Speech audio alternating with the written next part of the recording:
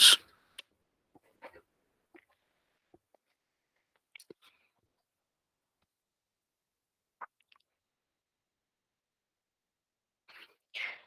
Bien, entonces en el problema, en el ejercicio número 2 habíamos visto pues que mediante desigualdades de números reales es posible hallar a partir de un intervalo del dominio, ¿no?, que determina el dominio, un intervalo para el rango también, ¿no? Pero hemos visto también que existen otras formas, pero ojo que las que hemos indicado son de forma particular. Para la lineal podemos evaluar los extremos. Si el coeficiente principal es positivo, se mantiene el orden. Si fuese negativo, cambia. En el caso de la función cuadrática, lo que hemos analizado depende de si el valor de h, de la primera coordenada del vértice, pertenece al intervalo del dominio, ¿no? ¿Y qué pasa si no pertenece? Bueno, en ese sentido es más fácil porque si no pertenece, entonces la función o bien es creciente o bien es decreciente. A ver, ¿a qué me refiero? Vamos a ver.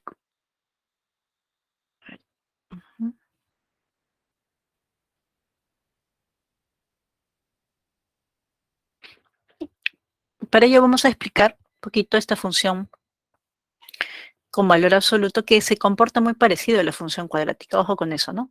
Tienen unos detalles muy similares. Entonces, a ver, también tiene un vértice, ¿no? Por ejemplo, aquí, la parte donde está el valor absoluto nos puede determinar el vértice cuando lo igualamos a 0. Entonces, diríamos así, el h vale 16, ¿no? Porque si esto lo igualamos a 0, t vale 16, ese sería el h. Y a todo ese valor absoluto se le va a multiplicar por una constante que puede ser positiva o negativa, y la constante que queda solita sin el valor absoluto, eso sería el k.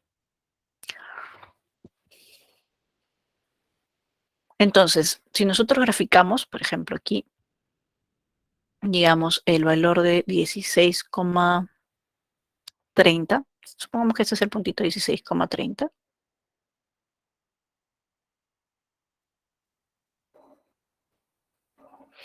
teniendo en cuenta pues que aquí el valor absoluto tiene un menos delante, entonces se abre hacia abajo. Se abre hacia abajo. Más o menos para que tengan una idea. Entonces, teniendo en cuenta todo lo anterior que mencionamos,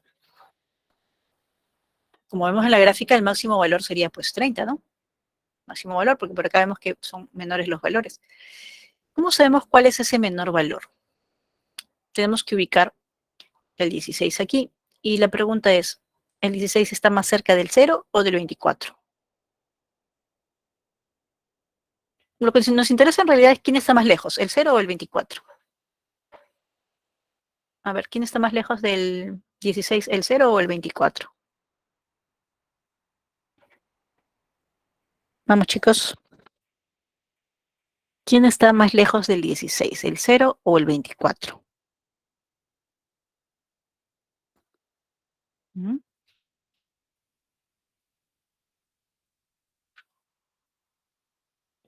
¿Nada? A ver, la distancia del 16 al 24 sería 8, ¿no? 24 menos 16, 8. Y la distancia del 16 al 0 es 16, o sea que el que está más lejano es el 0. ¿Eso qué quiere decir? Ya, si yo acá tengo que el máximo valor es 30, entonces el mínimo valor será cuando t vale 0. Entonces, si t vale 0, tenemos que t evaluado en 0 sería 30 menos un medio, 0 menos 16. Esto sería 16 positivo, por menos un medio sería menos 8, y esto sería 22. Y ese sería el mínimo valor. Entonces, mínimo valor 22, máximo valor 30. Ahí está la respuesta. Ahora vamos a verlo de manera analítica. A ver, nosotros tenemos que t varía entre 0 y 24.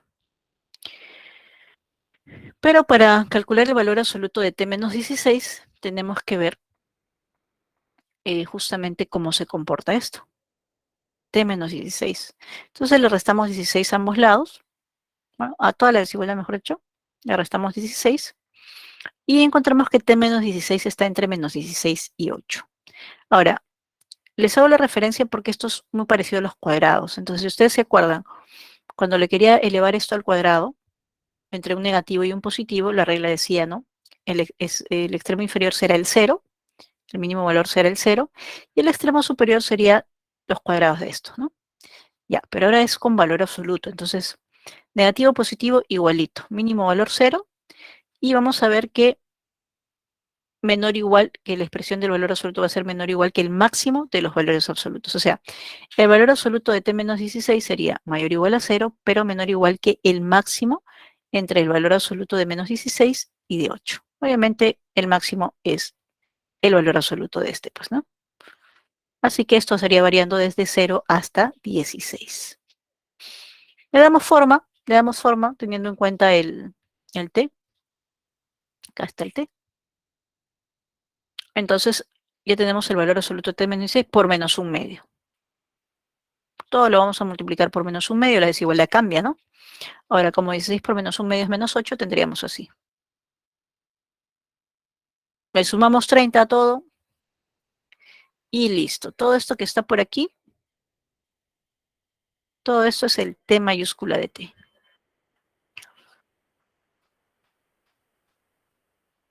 Y eso representaba la temperatura. Por lo tanto, la temperatura mínima será de 22 grados Celsius y la máxima de 30 grados Celsius. O centígrados, ¿no? Como lo han colocado acá en el problemita. Bien, entonces ahí tenemos la solución del ejercicio número 3.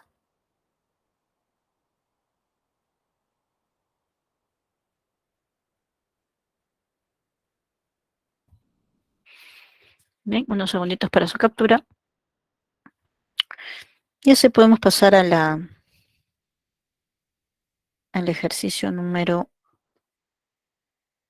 4, ¿no?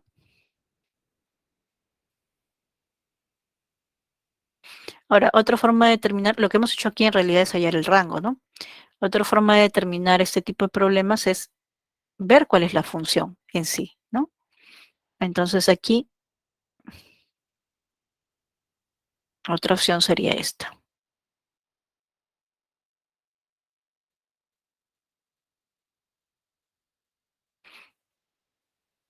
A ver. De 0 a 16, esto sería menor o igual a 0. Entonces podemos decir así.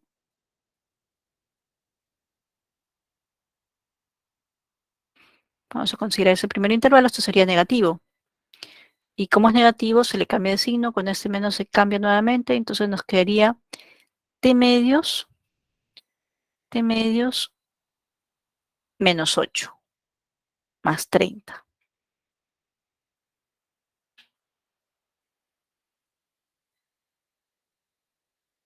Ahí está. Y si t es mayor o igual a 16, bueno, hasta 24, ¿no? Esto es positivo.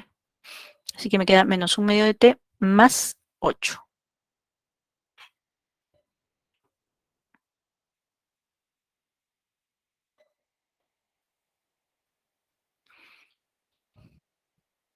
Lineal, lineal, ¿no es cierto? Entonces ya nosotros hemos visto que en el lineal basta evaluar en los extremos.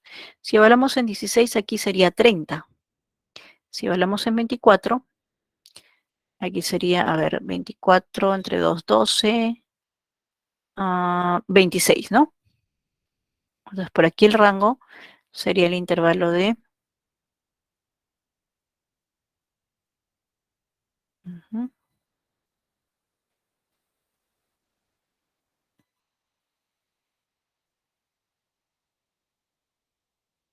Ese sería el rango de esa primera parte, ¿no? Y en el caso de la segunda parte, a ver, cuando esto es 0 sería 22. Y cuando vale 16, 30. Unimos los rangos y uniendo esto me va a dar de... a ver, un segundito. 16, 8, 30, 24, 12, 26 es acá. Ahora sí.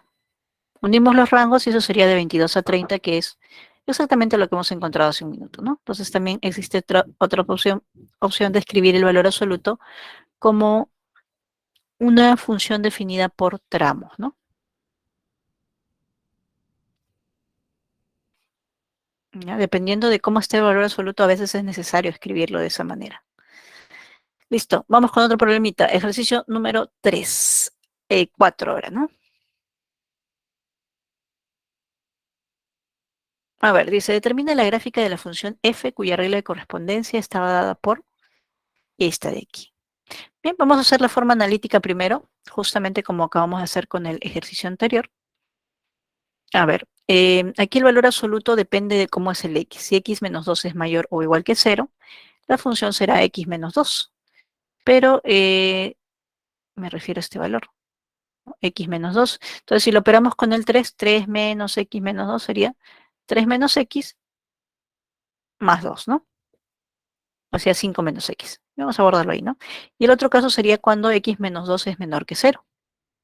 Entonces, esto sería negativo y por lo tanto su valor absoluto es el opuesto. Con este menos se hace más, así que sería x más 3 menos 2 o 3 menos x más 2, que es 3 más x menos 2, y eso sería x más 1, ¿no? Entonces arriba tenemos 5 menos x y abajo tendríamos x más 1 o menos x más 5. ¿Ya? Bien, entonces ya tenemos las funciones. Podemos tabular para graficar esta y también esta. Ya, primero la x más 1, vamos a tabular. Ahora, olvidemos un ratito del intervalo, solamente es referencial. Vamos a buscar dos puntos por donde pasa esa recta x más 1, y igual a x más 1. Entonces le vamos a dar, por ejemplo, el valor de 2. Cuando vale 2, reemplazamos, sería 3. Y cuando le damos menos 5, por ejemplo, eso nos da menos 4. Pasamos. Como pueden ver, en el caso de menos 4 sí pertenece a la gráfica. En el caso del 2,3 no, porque el 2 vemos aquí que es abierto, ¿no? Por eso lo colocamos aquí también abierto. ¿Ya? Ahora, vamos a verificar este de aquí. Entonces, vamos a tomar el 2. Si es 2, también sale 3 al reemplazar, ¿no? Y si es, digamos, 8, menos 8 más 5 sería menos 3. Entonces pasa por el punto 8 menos 3. Ahí está. Pero ¿qué pasa? En este caso el 2 sí es cerrado, por eso es que aquí sella el puntito, ¿no? Y el otro también era cerrado y sigue todavía, ¿no? Entonces la gráfica que corresponde es esta de aquí. ¿Ya? Según lo que vemos, porque es la única que llega hasta un valor entre 2 y 4. La forma de la inclinación de las rectas podría haber sido la A, pero la A llega hasta el 4, ¿no? Mira. Entonces ya por eso la descartamos. Ahora sí. Y otra forma, ajá, ¿recuerdan lo que les había indicado? Aquí el H vale 2, aquí el K vale 3. Como aquí es menos, se abre hacia abajo. Entonces, si yo ubico el punto 2,3,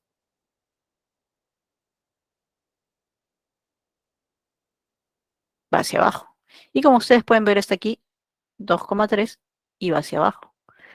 Así que también podríamos haberlo hecho de la otra forma mucho más rápido, ¿no?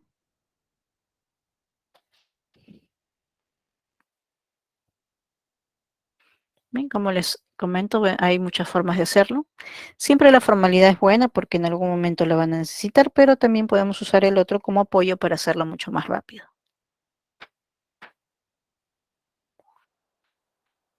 Bien, continuamos a ver.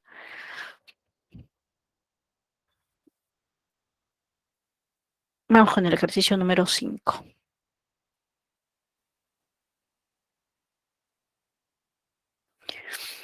Una empresa tiene proyectado entrar al mercado de tablets el próximo año, ¿no?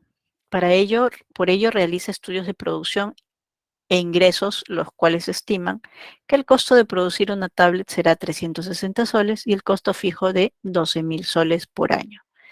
El ingreso en soles que obtendrá la empresa por la venta de Q-tablets es modelada por una función cuadrática. El ingreso máximo que recibirá la empresa será de 125.000 soles. A continuación se muestra la gráfica de la función ingreso, donde Q es la cantidad de tablets y de Q el ingreso por la venta de Q tablets en soles. Pregunta, ¿cuántas tablets como mínimo la empresa deberá producir y vender el próximo año para no obtener ganancia ni pérdida? Muy bien.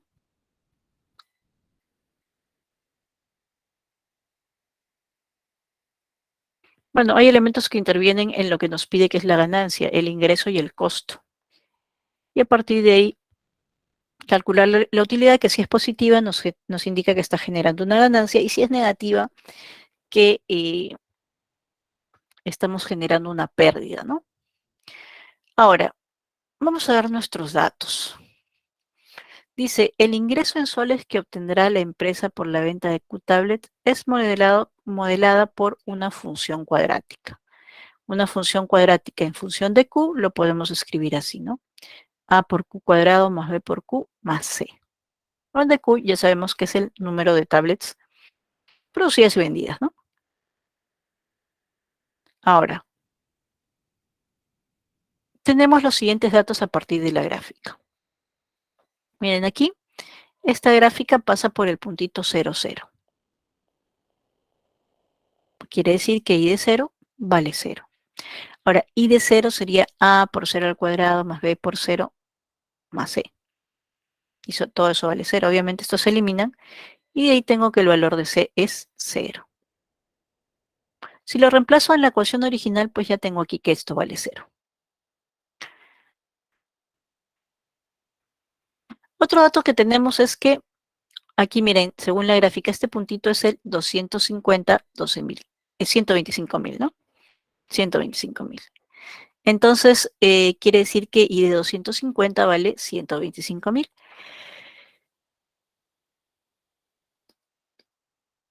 Si reemplazamos en nuestra función, entonces tendríamos así, ¿no? I de 250 sería A por 250 al cuadrado más B por 250 igual a 125.000. Le podemos extraer la 250 parte a cada uno de ellos. En el caso de 125.000 me quedaría 500, por aquí B y por aquí 250A. Y esa sería mi primera ecuación, así que la vamos a reservar un momento. Y vamos a ver otro dato. A ver, eso entonces ya usamos la cuadrática, eso también, ¿no? ¿Qué más? ¿Qué más? A ver. Ajá. También de la gráfica, aunque no es algo explícito, pero se los comentaba, ¿no? Recuerden que ese sería el eje focal, porque aquí estamos viendo el máximo. Entonces, esta recta sería el eje focal. ¿Eso qué quiere decir? Que si aquí hay una distancia de 250, y acá también está llegando a 0 nuevamente, entonces quiere decir que aquí también debe haber 250 de distancia. Por lo tanto, este puntito sería el punto 500,0. ¿Y eso qué quiere decir? Que I de 500 vale 0. Entonces aquí,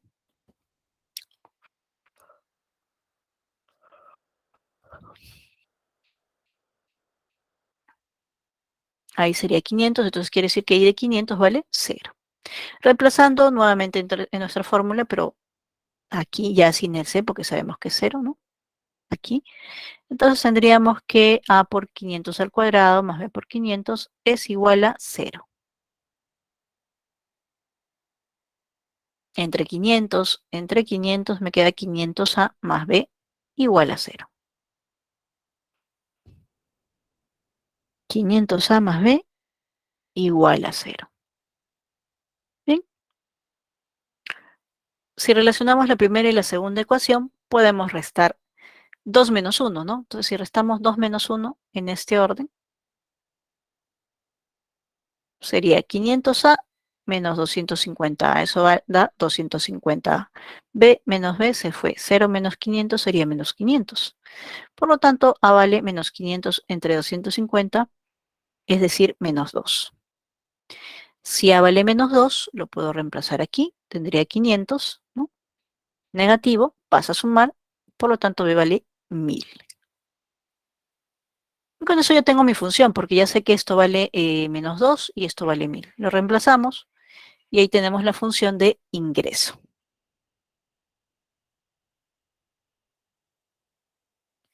Ahora, la pregunta es cuántas tablets como mínimo la empresa deberá producir y vender el próximo año para no obtener ganancia ni pérdida. No tiene ni ganancia ni pérdida, pero eso está hablando de utilidad. Entonces, primero vamos a calcular el costo porque recordemos que la utilidad es el ingreso menos el costo. Para ello vamos a reemplazar el costo unitario, que el problema nos dice que es 360 soles por cada tablet, el Q, que es la cantidad de unidades, y el costo fijo que nos están diciendo que es de 12.000. Entonces, nuestro costo sería en total 300 Q más 12.000. Como ya tenemos el ingreso y el costo, ¿no? Ya tenemos el ingreso y el costo, ya podemos generar nuestra función de utilidad. Entonces aquí vamos a calcular la utilidad como el ingreso menos el costo. Reemplazamos ingreso menos 2Q cuadrado más 1000Q menos paréntesis 360Q más 12.000. Operamos, a ver, menos 2Q cuadrado quedaría, 1000Q menos 360Q serían 640Q y menos 12.000, pues queda como menos 12.000. Ahí está. Bien, esa es nuestra utilidad. Ahora, dice, ¿cuántas tablets como mínimo la empresa deberá producir y vender el próximo año para no tener ganancia ni pérdida?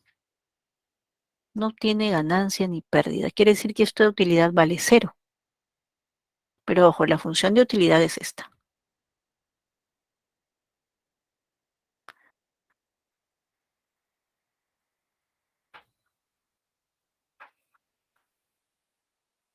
Esta es nuestra función de utilidad. No queremos que haya ganancia ni pérdida, eso debe ser cero. Ahora, dice, ¿cuántas tablets como mínimo? Ah, ya, entonces el Q que yo quiero hallar no es cualquiera, es el mínimo. El mínimo que haga justamente que esta utilidad sea cero. ¿Listo? Entonces igualamos la utilidad, que es menos 2Q cuadrado, más 640Q menos 12.000, lo igualamos a cero. Simplificamos un poquito, ¿no? A ver, entre menos 2, entre menos 2 y entre menos 2. Me quedaría Q cuadrado menos 320 más 6.000, igual a cero. Un aspa simple.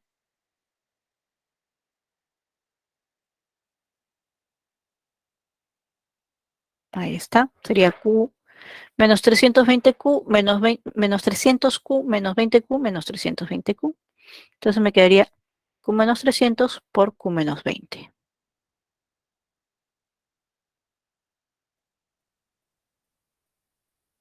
Ahí está, igualando a cero. Igualamos a cero aquí, aquí. Habrían dos valores para la cantidad de artículos, ¿no? La cantidad de tablets. Entonces podría ser 300 o 20, pero nos piden el mínimo. Entonces el mínimo sería pues 20.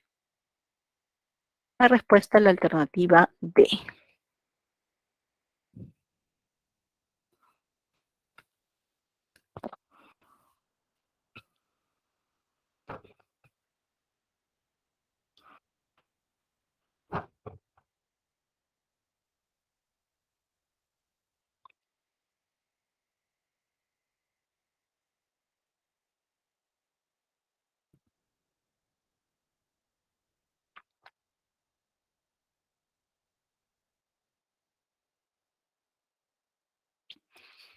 Listo.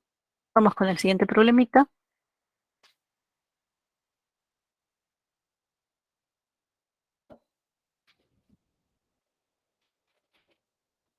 A ver, dice, ejercicio 6. Carla tiene una pequeña empresa dedicada a fabricar y vender mochilas. Su ingreso semanal en soles está modelado por la función I, definida por I de X igual a X cuadrado más BX, donde X representa el número de mochilas que vende en una semana. Si vende 100 mochilas en una semana, el ingreso es de 3.000 soles. Además, la venta de 300 mochilas semanales genera el ingreso máximo. Determina el ingreso que obtiene en una semana en la que vende 150 mochilas.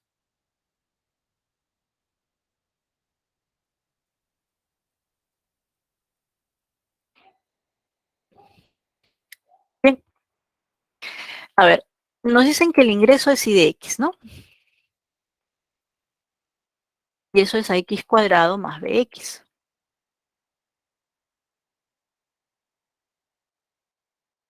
Entonces nos piden justamente hallar el ingreso cuando X vale 150, pero no conocemos ni A ni B. Entonces lo primero que vamos a hacer es usar los datos para poder hallar A y B. A ver, veamos los datos. Primero, dice que vende 100 mochilas en una semana y entonces el ingreso es de 3.000. Quiere decir que I de 100 es igual a 3.000. Ahora, si eso lo reemplazamos en nuestra función I de X, tendríamos A por 100 al cuadrado más B por 100 igual a 3.000. Simplificando, dos ceros, dos ceros, dos ceros. Nos queda 100 por A más B igual a 30, ¿no? Igual a 30. Lo reservamos ahí, ecuación número 1. Vamos a buscar otra para poder hallar los valores de A y B. Bien, el otro dato es que la venta de 200 mochilas semanales genera el ingreso máximo. Ajá, la venta de 200 mochilas semanales genera el ingreso máximo. Bien, por lo general, el tipo de funciones que estamos definiendo, este que es así, se comporta de esta forma. Y empieza en el 0, 0.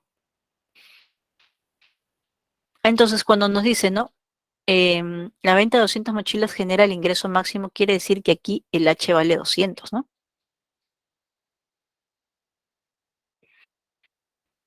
Y el H se calcula con menos B sobre 2A. Entonces, de 200 sería menos B sobre 2A. Aquí tendríamos, pues, pasando el 2A a multiplicar, 400A, y el menos B lo pasamos a sumar, 400A más B igual a 0.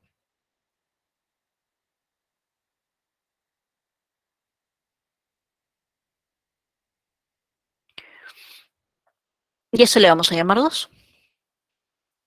Entonces, si yo resto en este orden, 400A menos 100A, eso sería 300A. B menos B se va, 0 menos 30 sería menos 30, ¿no? Entonces aquí tendríamos, ¿no? Sí, 300A, B se fue, menos 30. Tercia. O sea que A vale menos 1 sobre 10. Y si A vale menos 1 sobre 10,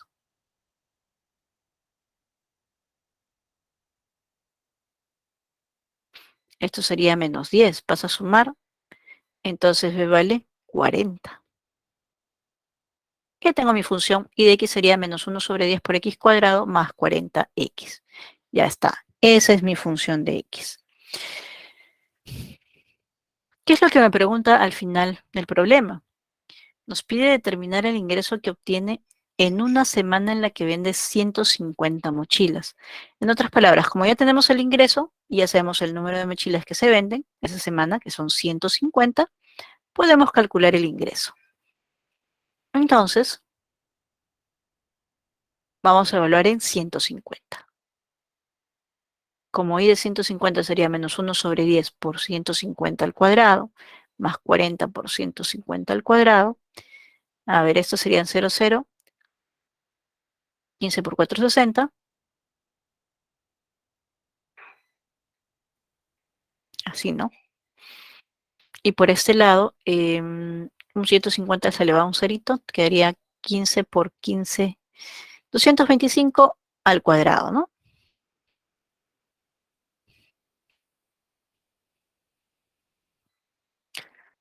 Ajá, 225. 15 al cuadrado, 225. Le agregamos un cerito por ahí, 2250. Bien, y 3.000 menos 2.250 justamente es 3.750. Eso quiere decir que el ingreso por vender en una semana 150 mochilas será pues 3.750 soles. Respuesta alternativa D.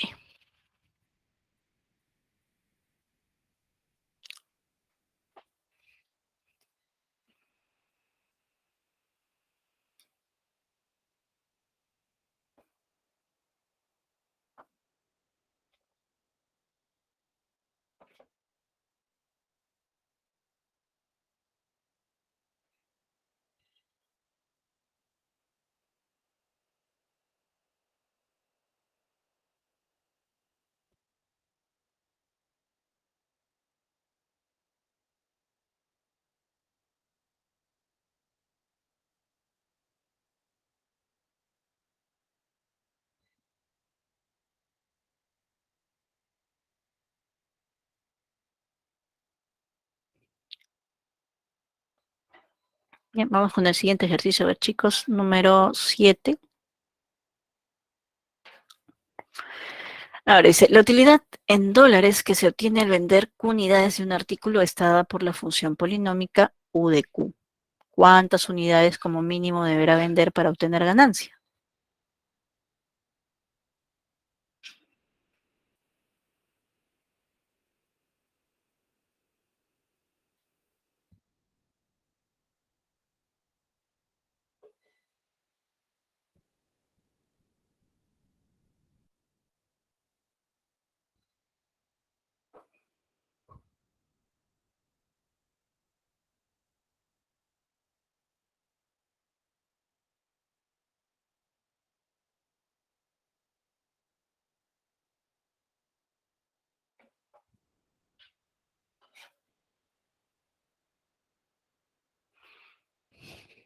Bien, a ver. Bueno, esta de aquí es una función polinómica, U de Q de grado 3. Q es el número de unidades de un artículo.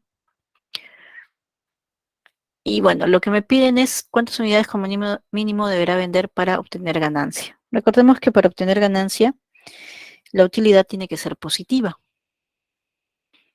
En otras palabras, hay que resolver esta ecuación.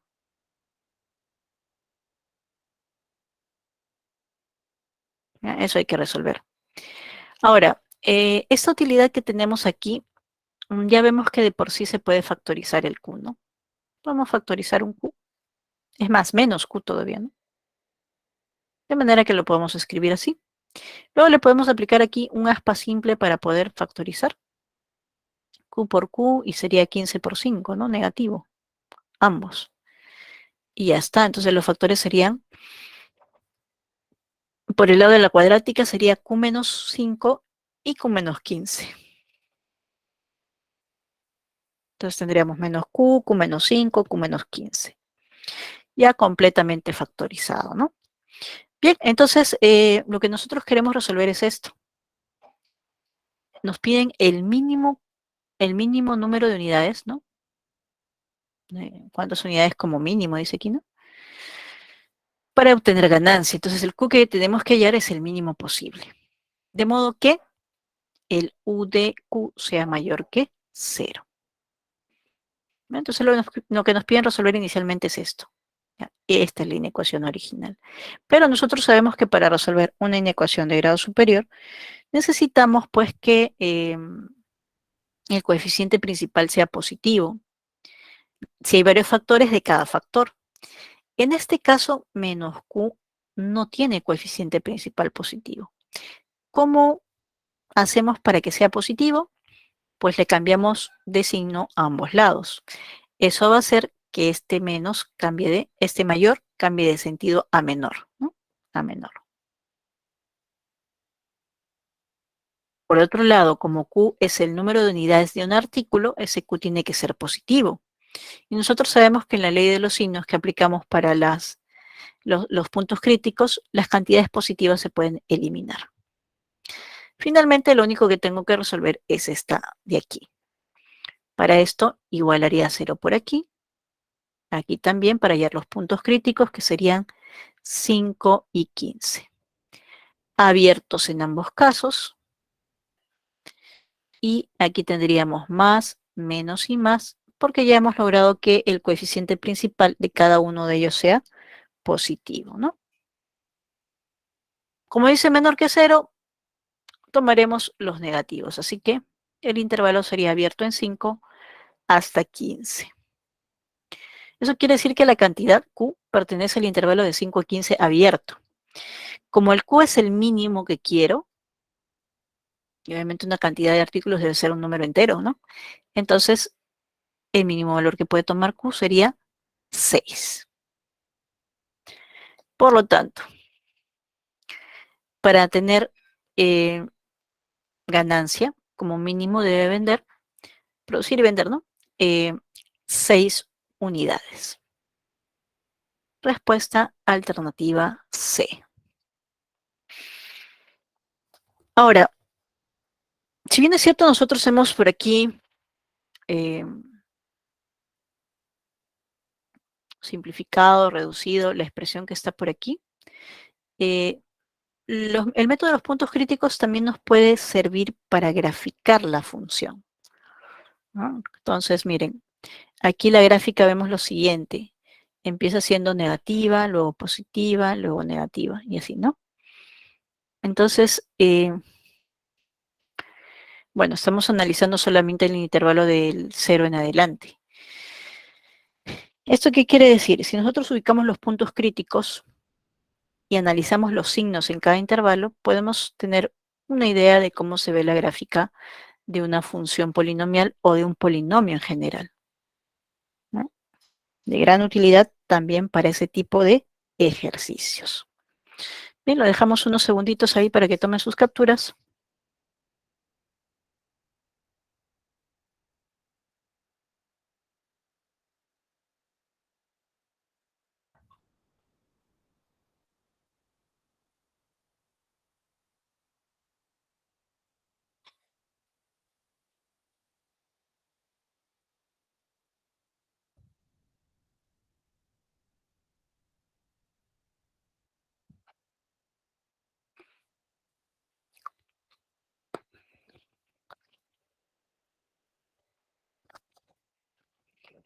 Bien, vamos a nuestro último ejercicio entonces.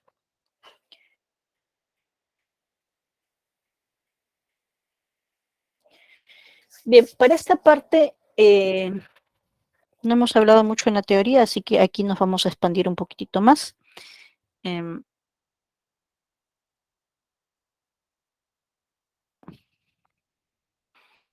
A ver, acá nos hablan de funciones pares o impares.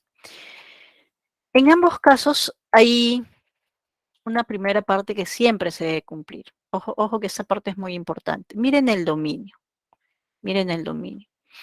Tanto en las funciones pares como impares, vamos a observar que el dominio debe ser un conjunto que contenga a x y a menos x. Y eso es para las dos, ¿ah? Si lo que vemos es un conjunto de dominio que no tiene ambas, entonces ya no puede ser ni par ni impar, ya no pasamos a la siguiente parte. Entonces la primera parte es muy importante, el dominio. Ahora, dominios muy frecuentes en funciones pares o impares, dominios, a ver, muy frecuente sería todos los reales, porque si yo tomo un valor x real, el opuesto también es real. Un intervalo abierto de extremos opuestos, podría ser.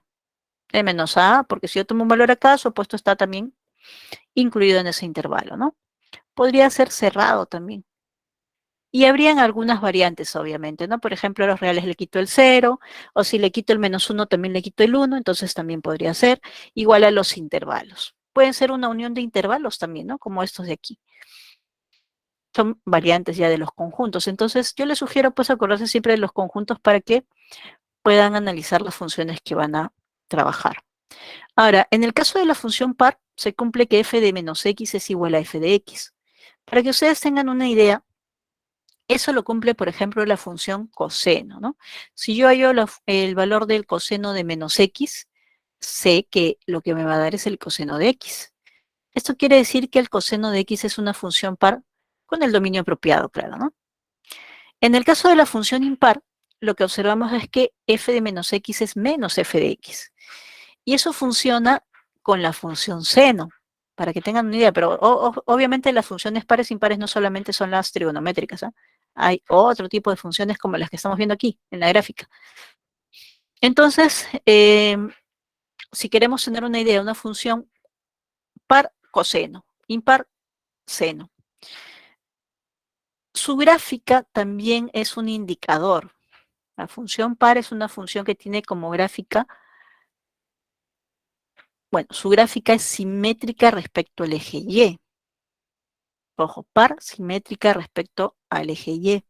Mientras que la función impar es simétrica respecto del origen. ¿Ya? O sea, se proyecta en diagonal. ¿Ya? Simétrica respecto del origen. Bien, teniendo en cuenta estas cuestiones, vamos a proceder a analizar. También voy a aprovechar para darles algunas propiedades. Por ejemplo, si yo tengo sumas de funciones pares, me da par. Suma de funciones impares me da impar. ¿Mm? Eso es en cuanto a la regla de correspondencia. Como repito, el dominio es fundamental. Si tomamos un dominio que no corresponde, ya no tiene sentido analizar. Así la regla sea impar o par, no tiene sentido porque el dominio no cumple. ¿Ok? Bien, entonces teniendo en cuenta esas observaciones, comenzamos. A ver, veamos primero la función h de x. El nombre de par no es coincidencia. X a la cuarta, su exponente es par. ¿Qué pasa cuando nosotros elevamos un número negativo o un exponente par? ¿Mm? Es como si el signo se anulara, ¿verdad? Entonces, X a la cuarta, a la sexta, a la octava, a un exponente par serán funciones pares. Y aquí tengo una suma de tres funciones pares. X a la cuarta, X cuadrado. Y las constantes también son pares. Entonces es una función par en cuanto a la definición, ¿no? En cuanto a la regla de correspondencia. Pero primero el dominio. Como no me indican ningún dominio, debo considerar que su dominio es el natural, así que es todos los reales, ya que esto es un polinomio. Y los reales está dentro de los dominios que hemos mencionado, ¿no? Así que por ese lado va. ¿Por qué? Porque cada x que pertenece a los reales tiene a menos x también en ese conjunto de los reales. Entonces, por eso la primera parte es satisfecha. Si queremos aplicar la definición, entonces vamos a aplicar h en menos x. Y al momento de operar, pues vemos menos x a la cuarta es x a la cuarta, menos x cuadrado es x cuadrado, el menos 1 sigue siendo menos 1. Y estamos observando que eso es h de x. Eso es h de x. Entonces, llegamos a la siguiente conclusión. H de menos x es igual a h de x. Y eso, según lo que acabamos de ver, quiere decir que la función es par, porque cumple las dos condiciones, ¿no? Cumple la condición del dominio y cumple la condición de la regla. Por lo tanto, dice la función h obtenida por es función par, esto es verdad, ¿no? Aquí le colocaremos verdadero, entonces. ¿Bien? A ver, 2 dice, de la figura 1, f es una función par. Aquí, la función 1. Como mencionaba, si queremos ver gráficas, las funciones pares son simétricas respecto al eje Y. Aquí lo podemos ver claramente, ¿no? La parte de la derecha del primer cuadrante es simétrica, es exactamente igual como si tuviera un espejo y lo volteamos aquí. Entonces eso quiere decir que es simétrica respecto al eje Y. Y según habíamos indicado, si es simétrica respecto al eje Y, entonces esa función es par, ¿no? Como no nos indican el dominio tampoco, debemos asumir que es todo el dominio, ¿no? Todos los reales. Ya, eso es para el ítem 2. Bueno, los dominios ya los usamos, así que seguimos. El ítem 3 dice, la función p definida por p de x igual a x a la quinta más 2x al cubo, con dominio de p igual al intervalo abierto en menos 2 hasta 2, cerrado, ¿no? Es una función impar.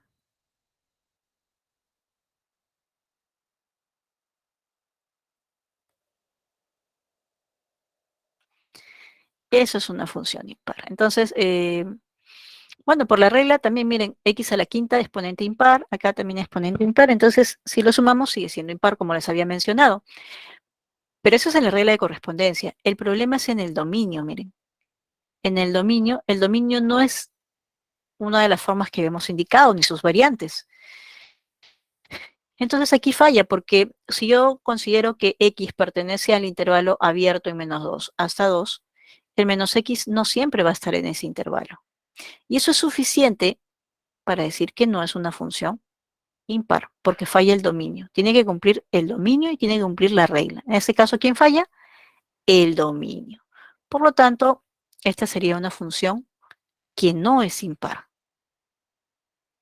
Así que la tercera sería falsa. 3, falsa. Bien, a ver, vamos por la parte 4. Dice, de la figura 2, G es una función impar. Entonces, vamos a ver la gráfica. Impar es cuando es simétrica respecto al origen. Observen cómo se forma. Vamos a tomar la gráfica del primer cuadrante y lo que vamos a hacer es reflejarla dos veces, respecto al eje Y y luego respecto al eje X. Entonces vamos a obtener esto.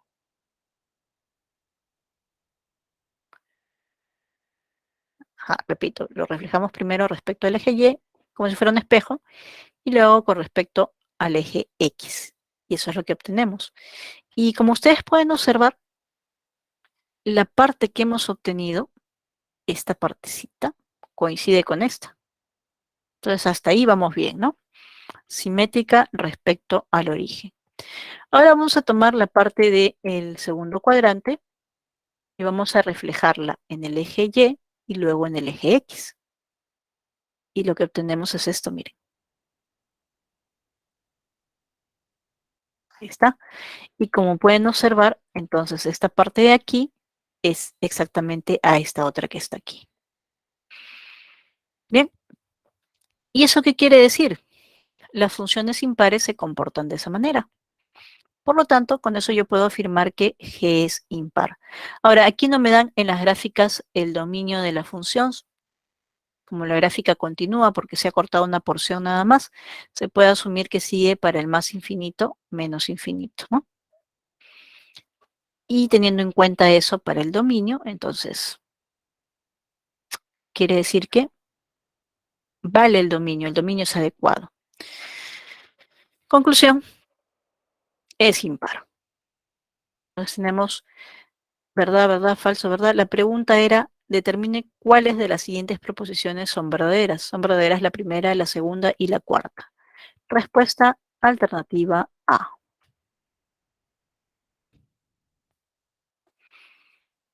Alternativa A. Bien, en unos segunditos les muestro las claves de los ejercicios propuestos. Y ya que tenemos un poquito de tiempo, unos minutitos, les voy a mostrar casos especiales de gráficas que les pueden servir, ¿no? ¿Listo? A ver, vamos con las claves de los ejercicios propuestos. Ahí está. Unos segunditos para que tomen su captura.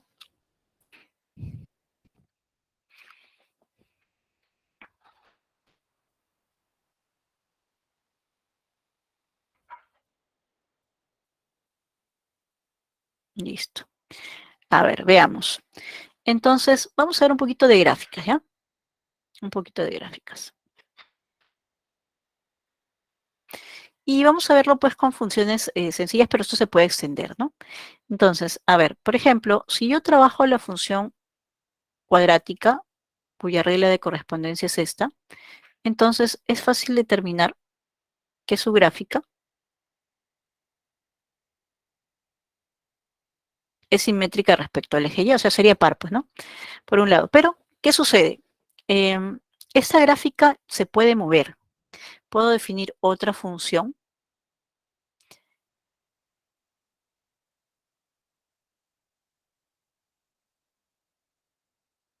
en función hasta f de x. Entonces, observen, si yo a la función original le sumo k, lo que va a pasar es que dependiendo de cómo sea el k, si es positivo o negativo, entonces esa gráfica original se va a desplazar. Por ejemplo, si k fuese positivo, se va a desplazar k unidades la gráfica. K unidades, es exactamente la misma gráfica, solamente que ahora se movió hasta acá. ¿Ya? Y podemos obtener otra más.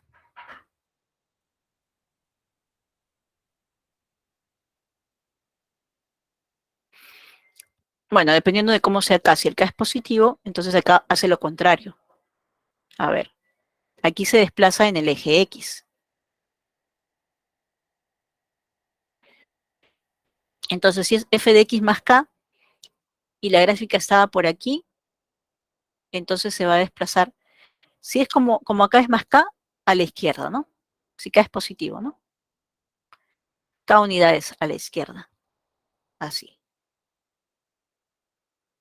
Bueno, aunque para asociarle a algo que conocemos le vamos a poner así, ¿ya? Para que sea más práctico.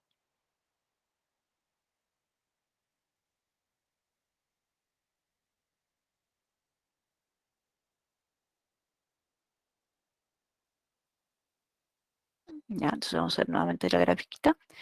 Entonces, observen aquí que lo que estoy haciendo es f de x menos h. Entonces, si el h es positivo, se desplazará h unidades a la derecha. Entonces, a la altura de h, vamos a tener la misma gráfica. De modo que esta gráfica, si combinamos estas dos, yo considero esta función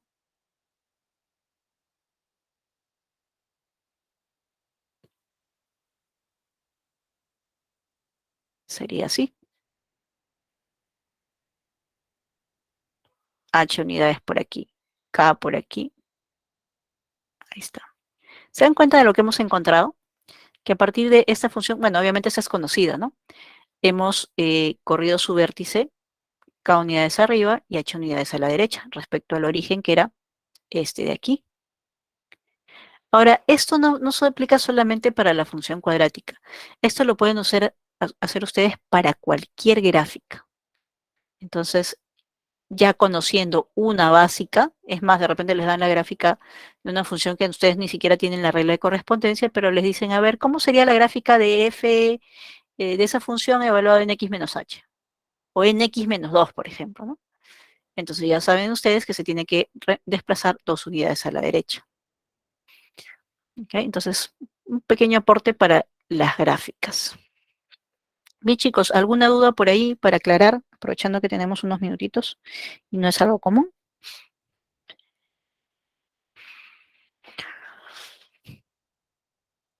Yo le he dado el ejemplo con el x al cuadrado, pero lo pueden aplicar ustedes con las raíces cuadradas, con los cubos, con cualquier expresión, con regla de correspondencia o sin ella. Solamente si tienen la gráfica también la pueden mover, ¿no? También la pueden mover. Miss, Adelante, Franca. podría regresar al problema 8, pero antes de que inicie para ver que había unos avisos de la derecha sobre el par impar. Ya, antes del problema 8. A Ajá. ver, ya, entonces vamos a volver al problema número 7 y ahí pasamos al 8. Ahí. ¿Aquí? Sí, sí, gracias. Listo. Bueno, esas son las definiciones de par impar. Ahora, como les repito, esta es una primera parte. em, Ustedes también ya deben de estar justamente a la par en otro curso, viendo las funciones trigonométricas, ¿no? El seno, el coseno, la tangente, las funciones trigonométricas inversas, arcoseno, arco coseno, ¿no? Y van a encontrar que esas funciones, algunas son pares, otras son impares, ¿no? Por ejemplo, la tangente es una función impar y pueden ir relacionando algunos conceptos. Por ejemplo, a ver, em, la tangente es el cociente del seno entre el coseno. El seno es impar y el coseno es par. ¿Qué saldrá de un cociente de esas dos funciones? y ustedes lo pueden verificar. ¿Qué cumple la tangente? ¿Par, impar, ninguno? ¿Qué cumple? ¿Mm? Entonces, aprovechando que estamos viendo aquí esta definición, les puedo dar algunas propiedades. A ver, por ejemplo, si yo sumo o resto dos funciones pares, el resultado es par. Si yo sumo o resto dos funciones impares, el resultado también es par. Impar, ¿no? Perdón, impar. Si yo combino par con impar, no da nada. ¿Ya? Par con impar, suma o resta, no da nada. Si las multiplico par por par, me da par. Impar por impar, me da par. Par por impar o al revés, me da impar. Y algo así también se da en los cocientes. Entonces, en el seno, por ejemplo, la tangente, ¿no? Tangente. Esto es seno sobre coseno. Pero el seno es impar y el coseno es par. Si yo divido un impar entre un par, ¿qué me da? Impar. Eso quiere decir que la tangente es impar y eso lo pueden verificar ustedes fácilmente, ¿no? Bien, a ver, un pequeño avance de la próxima clase, y esto es importante el conocer las gráficas. Miren, vamos a ver en la primera parte lo que son las funciones crecientes y decrecientes. De manera intuitiva, aquí miren, decrece y luego crece, ¿no? Y hay un mínimo valor. Por aquí, crece, decrece, crece, decrece, crece. Sucede que hay algunas funciones, no todas, que se pueden partir en intervalos de modo que en cada intervalo sea bien creciente o decreciente. No todas las funciones, ojo, pero por lo menos hay un gran grupo de ellas que se puede hacer. Ahora solamente estamos viendo la gráfica, que es de manera muy intuitiva, pero ya la próxima clase vamos a ver la definición. Entonces, vayan viendo esos pequeños detallitos en las gráficas, observen en lo que ustedes han visto hasta ahora. Y a la próxima clase vamos a complementar las demás funciones. Bien, chicos, es todo por ahora. Muchas gracias por la atención. Nos vemos la próxima clase. Hasta luego. Cuídense.